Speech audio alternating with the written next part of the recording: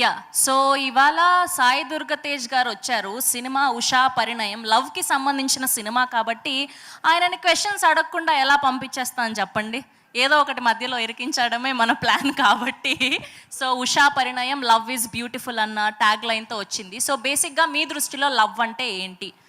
Mic ఎవరా? మీ దృష్టిలో love అంటే ఏంటి? అమ్మ చూపించేది ఏంటేంటి? అమ్మ చూపించేది సార్, అమ్మ ప్రేమ మా అందరికీ తెలుసు సార్, అది కాదు. సో బేసిక్గా మీ లైఫ్లో కూడా గర్ల్ ఫ్రెండ్ లవ్ ఉంటుంది కదా. Girl friends one side love అయితే ఉందండి, వాళ్ళ వైపు రాలేదు. మధ్యలో వచ్చేసి ఇప్పుడు ఇప్పుడు ఇప్పుడు ఏమైపోయిందంటే ఎవరిని అమ్మాయి నచ్చింది అనుకోండి, నచ్చింది అని చెప్పే లోపల నీకు ఆల్రెడీ పెళ్ళంటే కదా, నాకా పెళ్ళేంటి అంటే మీడియాలో వచ్చేస్తుంది. రీసెంట్ గా చాలా వింటూ ఉన్నాం మేము. అదే అంటే ఆ అమ్మాయి నచ్చింది లేదో సగం పక్కన పెడితే ముందు అసలు అప్రోచ్ చేయడం కష్టమైపోయింది ఇప్పుడు. సరే, మాకు ఒక క్లారిటీ ఇవ్వండి. రీసెంట్ గా అది రూమరో నిజమో మాకు తెలీదు, ఒక ఇద్దరు పేర్లు అయితే వింటూ ఉన్నాము మీడియాలో మేము. సో త్వరలో మళ్ళీ మెగా ఏంట పెళ్లి సందడి అని చెప్పి, నిజంగా పెళ్ళా ఏంటి అంటే ఈ సినిమాకి మ్యూజిక్ డైరెక్టర్ ఉన్నారు కదా ధ్రువన్ అని, ఆయన నా సినిమాలో సాంగ్ రాశారు. సోలో బ్రతికే సో బెటర్. అది కాదండి, నో పెళ్ళి అని. నో పెళ్ళి అనా? అది నేను తీసుకోవడం కంటే మీడియాలో బాగా స్ట్రాంగ్ గా తీసుకున్నారు.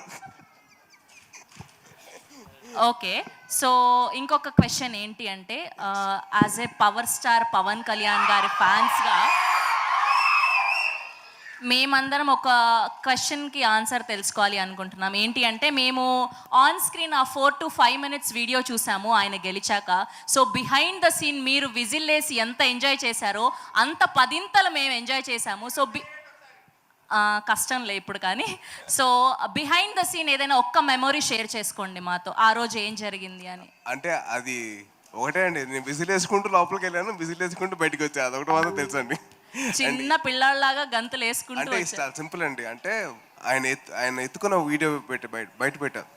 అదేంటంటే చిన్నప్పుడు నేను ఒక టెన్నిస్ టోర్నమెంట్లో వెళ్ళినప్పుడు ఆడినప్పుడు ఓడిపోయా, చాలా బాధగా ఇంటికి వచ్చా. అంటే ఆయన అన్నారు, అరే ఒక్కసారి కదా నువ్వు 10 సార్లు ఓడిపోయినా పర్లేదు కానీ మంచిగా ఆడు. దాని తర్వాత సెకండ్ టైం ఆడినప్పుడు నేను గెలిచా. నన్ను ఎలాగైతే నేను ఎత్తుకుని ముద్దు పెట్టానో అలాగే నన్ను ఎత్తుకొని ముద్దు పెట్టాను. So I was recreating my childhood memory. That's so lovely lovely. And yeah, జై జై పవర్ స్టార్.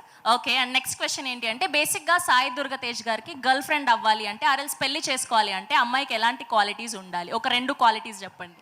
ముందు మీడియా నుంచి దూరంగా ఉండాలండి. ముందు మీడియా నుంచి దూరంగా ఉండాలి. అదే social media. Yeah, social media. Okay, next ఇంకొక క్వాలిటీ. అమ్మకి నచ్చాలి. అమ్మకి నచ్చాలి చెప్పండి.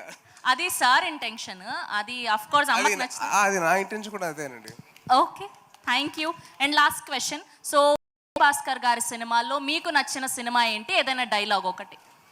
డైలాగ్స్ గుర్తులేదు కానండి, సినిమా మటుకు చాలా ఉన్నాయండి. ఇందాక ధ్రువన్ చెప్పినట్టు నువ్వే కావాలి కానివ్వండి, నువ్వు నాకు నచ్చావు కానివ్వండి, మల్లీశ్వరి కానివ్వండి, జై చిరంజీవి ఉంది. అండ్ యాక్చువల్లీ నాకు మల్లీశ్వరిలో ఒక పర్టికులర్ పేరు ఉంటుంది, రే పెళ్లికాని ప్రసాద్ అని. అది ఇప్పుడు పెళ్లికాని తేజ్ అయిపోయింది ఇప్పుడు. అయ్యయ్యో, లేదు, మేము అలా వినాలనుకోవట్లేదు, అనుకోవట్లేదండి, అయిపోయింది అలాగా. ఓకే, నాకేదో తేడా కొడుతోంది. త్వరలో మేము శుభవార్త వినబోతున్నామని. Thank you. లేదా అస్సలు కాదా? ప్లీజ్ నన్ను ట్రై చేసుకున్నాను ముందు. ఓకే, హ్యాపీగా ఉండొచ్చు. ప్లీజ్, తేజ్ గారి ఫ్యాన్స్ అంతా, అమ్మాయి ఫ్యాన్స్ అంతా రిలాక్స్ అవ్వచ్చు అంటున్నా. న్యూస్ లేదంట అమ్మాయి. నాకు ఎవరు లేరు fans, please basically.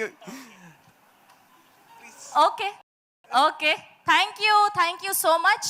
Yes, Usha Parinayam అయిన టైటిల్ కాబట్టి సో ఇద్దరిని జంటగా పిలిచేస్తున్నాను. తన్వి గారిని అండ్ శ్రీకమల్ గారిని వేదిక మీద జాయిన్ అవ్వాల్సిందిగా రిక్వెస్ట్ చేస్తున్నాం. క్యాన్సర్ అంటే ఖర్చుతో కూడుకున్న వ్యాధి అనే అపోహ నుండి బయటపడదాం. ఇప్పుడు సామాన్యులకు సైతం అందుబాటులో అంతర్జాతీయ వైద్య సేవలను అతి తక్కువ ఖర్చుతో అందిస్తోంది మన Mahatma Gandhi cancer hospital and research institute, MVP colony, Visakhapatnam.